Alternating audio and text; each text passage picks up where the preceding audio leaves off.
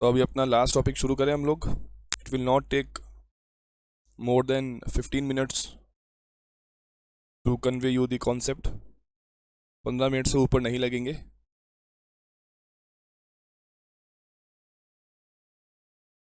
Heading डालो, when errors are detected after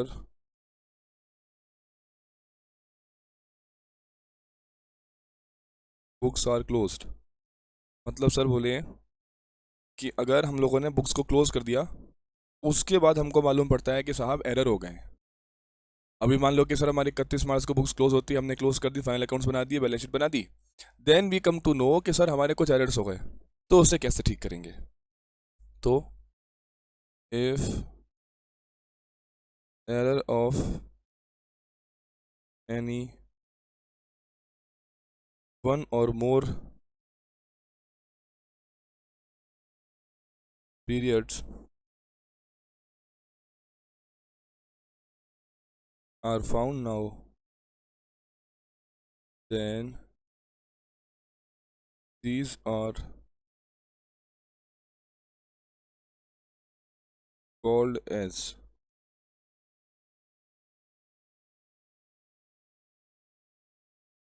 prior period items and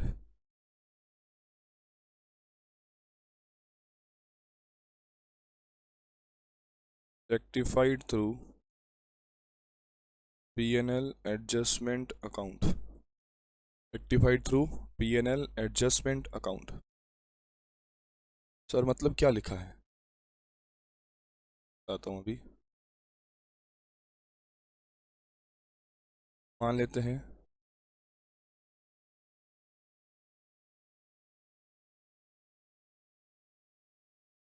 2021,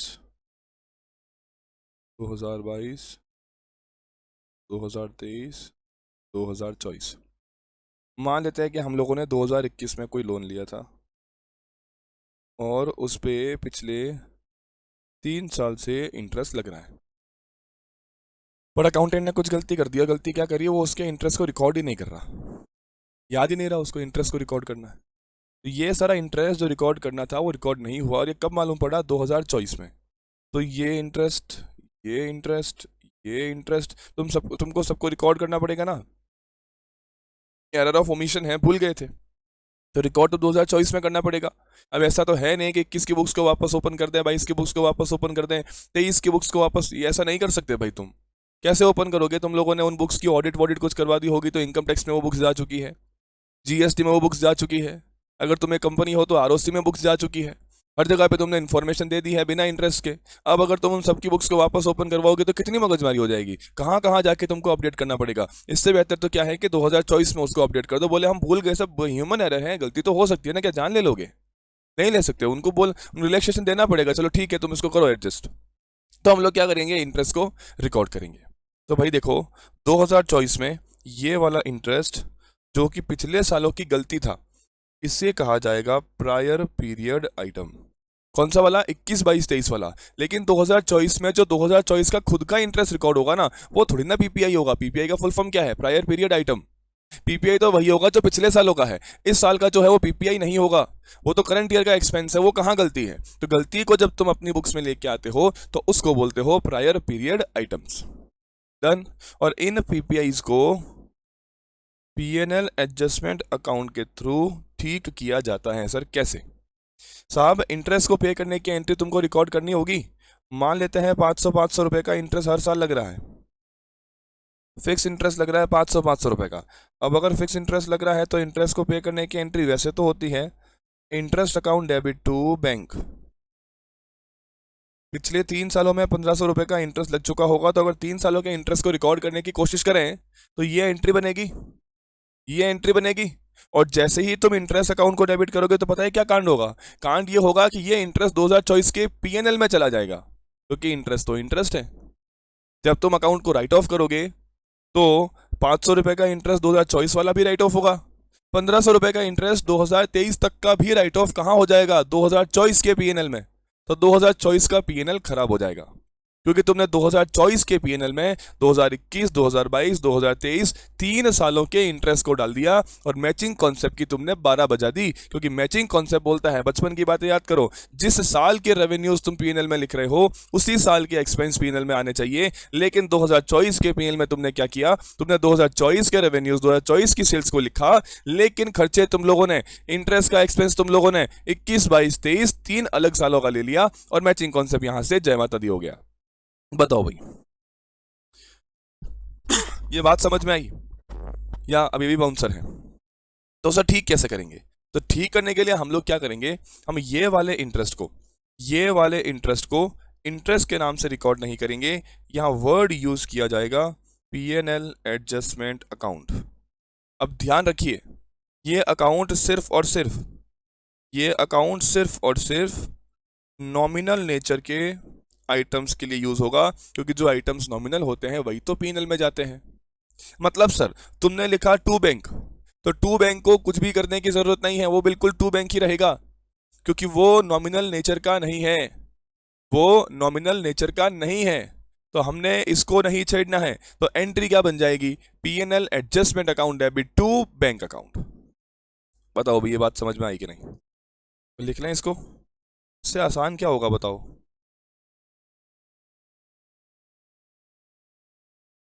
rectification process.